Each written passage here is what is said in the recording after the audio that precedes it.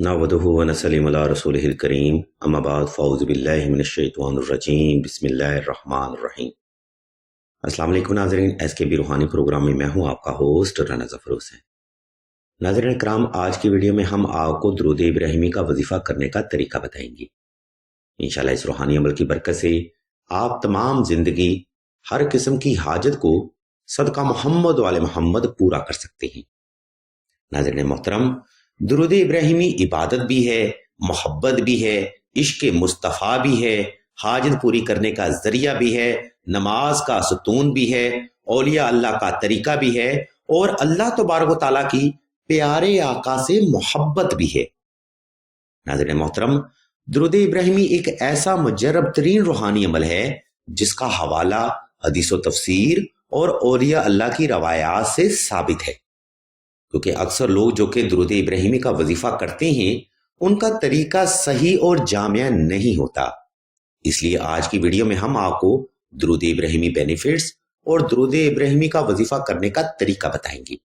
इसलिए तमाम तर सुनने वाले अफराद से हम तवज्जो की भरपूर गुजारिश करते हैं।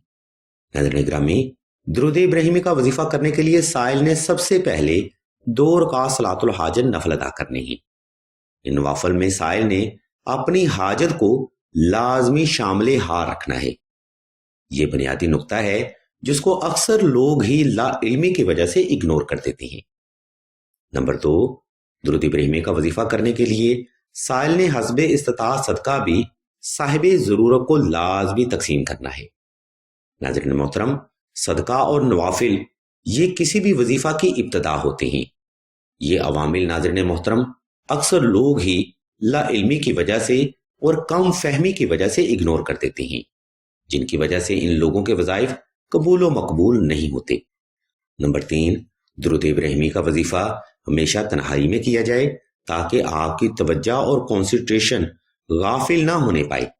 नंबर 4, दुरूद इब्राहिमी का वजीफा नाज़रीन मोहतरम आपने साफ सुथरे कपड़े पहनकर करना है। कोशिश रहे कि हस्बे मंशा खुशबू का इस्तेमाल भी लाजमी किया जाए। इस मकाम पर नाज़रीन मोहतरम हम आपको बताते चलें कि वजीफा भी एक नफली इबादत होती है, इसलिए इस इबादत में आपने खूब एहतमाम करना है। नंबर 5, नाज़रीन मोहतरम हर कुरानी वजीफा आपको जायज हाजत के लिए फैज देता है, इसलिए दुरूद इब्राहिमी का वजीफा करने में आपकी हाजत हरगिज नजायज नहीं होनी चाहिए। अक्सर लोग नजायज हाजत के लिए या खिलाफ शरिया अवामिल के लिए वज़ाइफ करते हैं, तो इन लोगों को हम बताते चलें कि अगर आपकी नीयत कुरानी वज़ाइफ से ये है कि आपकी नजायज हाजत भी कबूल हो जाए तो ये बेशक कुफ्र अजीम होगा। नाज़रीन गिरामी, ये 5 बुनियादी अवामिल हैं जिनकी बदौलत आप किसी भी वजीफा में कामयाबी हासिल कर सकती हैं, क्योंकि अक्सर लोग इन बुनियादी अवामिल को इग्नोर कर देते हैं, जिनकी वजह से इन लोगों के वज़ाइफ कामयाब नहीं हो पाते। खैर नाज़रीन मोहतरम, अब हम वीडियो के दूसरे हिस्सा की जाने बढ़ते हैं, जहां हम आपको दुरूद इब्राहिमी का वजीफा करने का तरीका वजाहत के साथ समझाएंगे। इसलिए तमाम तर सुनने वाले अहबाब से हम तवज्जो की भरपूर गुजारिश करते हैं। इस मुकाम पर नाज़रीन मोहतरम हम एक बात की मजीद वजाहत करते चलें कि अक्सर लोग ही वज़ाइफ को ऐसे करते हैं जैसे नाउज़ बिल्लाह अल्लाह तबारक व तआला का कोई कर्ज अता रही हो। याद रखें, जब भी आप कोई भी वजीफा की नीयत करें तो मोहब्बत से, आजिज़ी से और तवज्जो से ही वजीफा किया करें। खैर नाज़रीन मोहतरम, अब हम वीडियो के दूसरे हिस्सा की जाने बढ़ते हैं, जहां हम आपको दुरूद इब्राहिमी का वजीफा करने का तरीका वजाहत के साथ समझाएंगे। इसलिए तमाम तर अहले ईमान से हम तवज्जो की भरपूर गुजारिश करते हैं। सामईन मोहतरम, ऊपर बयान करदा तरतीब पर अमल करते हुए आपने किसी भी वक्त किसी भी मुकाम पर तन्हाई का खास इंतजाम कर लेना है। वक्त और जगह का इंतखाब ऐसा रखें जिसमें कोई भी फर्द आपको डिस्टर्ब ना कर सके। इसके बाद आपने नवाफिल अदा करके आलती पालती की हालत में बैठ जाना है और इसम अल्लाह को तसव्वुर करते हुए आंखें बंद कर लेनी है। सामईन मोहतरम, इस मुकाम पर आपने चंद 1 सेकंड वक्फा लाजमी करना है ताकि आपका वजूद और दिल की धड़कन नॉर्मल हो सके। इसके बाद आपने बिस्मिल्लाह शरीफ से दुरूद इब्राहिमी का वजीफा शुरू करना है।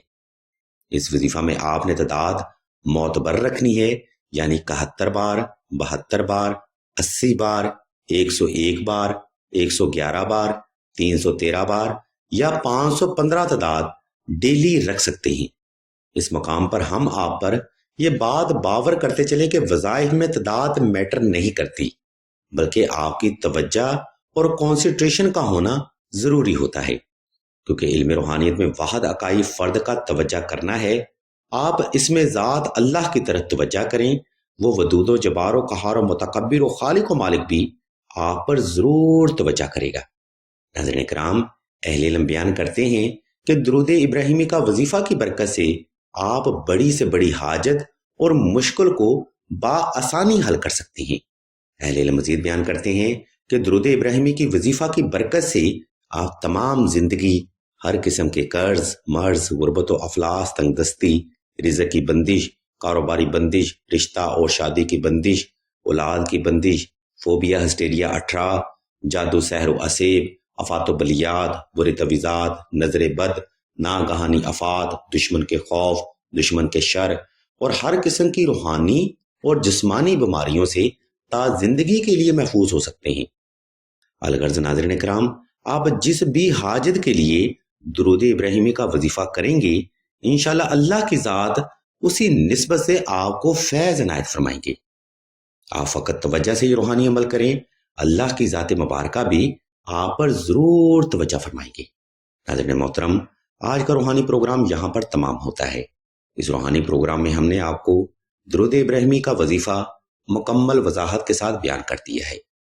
اگر آپ کو ہماری یہ علمی کاوش پسند آئے تو ہمارے اس چینل آن لائن استخارہ آن فون کو سبسکرائب کر کے گھنٹی کے آئیکن کو پریس کر دیں اور آل کے آپشن کو بھی لازمی دبا دیں، تاکہ حصول علم کے لیے کوئی بھی روحانی پروگرام آپ سے مس نہ ہو سکے۔ مزید ہم آپ سے گزارش کرتے ہیں کہ ایک بار انبیاء، رسولوں اور فرشتوں کی سنت پر عمل کرتے ہوئے آپ سرکار کی ذات مبارکہ اور آپ کی آل مقدسہ پر درود و سلام کا نذرانہ محبت ضرور پیش کیا جائے، تاکہ علم کے اس سفر میں آپ کا نذرانہ محبت بھی آپ سرکار کی بارگاہ تک پیش ہو سکے۔